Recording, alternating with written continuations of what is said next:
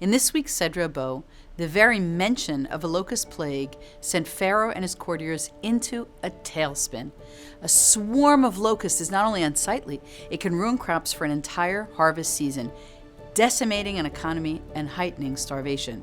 No wonder when Moses and Aaron threatened Pharaoh with the plague of locusts, Pharaoh was initially willing to accommodate their request to go to the desert and worship their God.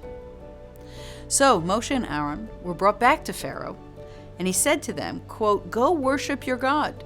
Who are the ones to go?" And Moshe replied, "We will all go.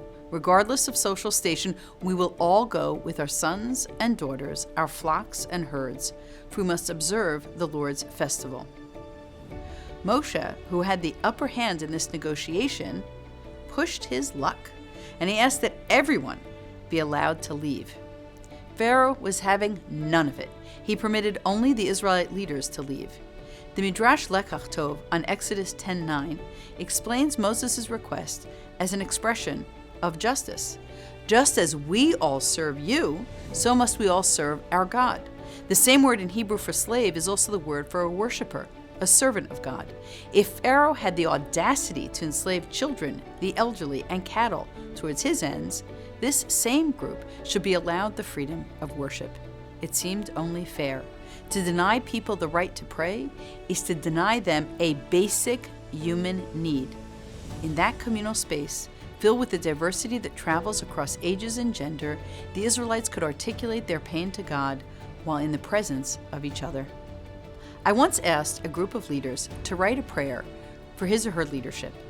The very word prayer seemed alien and archaic to some in the room.